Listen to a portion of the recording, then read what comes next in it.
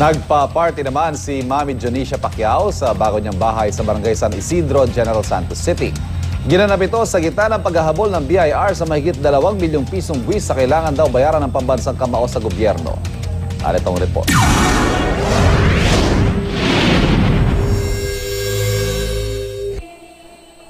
Sa kabila ng kontrobersyang kinakaharap ng pamilya Pacquiao, hindi nito natinag ang saya ni Mami Jonicia sa blessing ng kanyang bagong bahay sa General Santos City.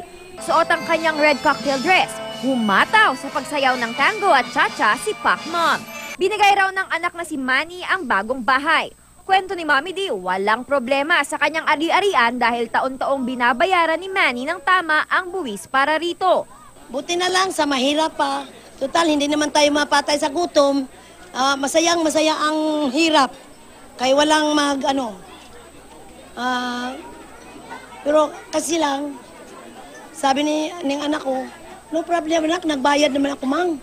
Binayaran, wala akong kasalanan ng Diyos nga umuutang akong walang bayad. Sa every laban ako, kinaltasan na sa holding tax. Bagamat tumanggi ng magkomento kaugnay sa paghahabol ng BIR sa anak, hindi naman niya napigilan ang paglalabas ng sama ng loob bilang isang ina. Mensahe niya sa BIR.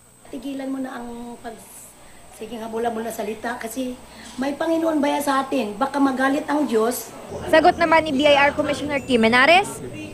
Ang advice ko ay medyo low-key ho tayo. Kasi pag lalo ho tayo masyadong maraming sinasabi, napapahamak ho tayo.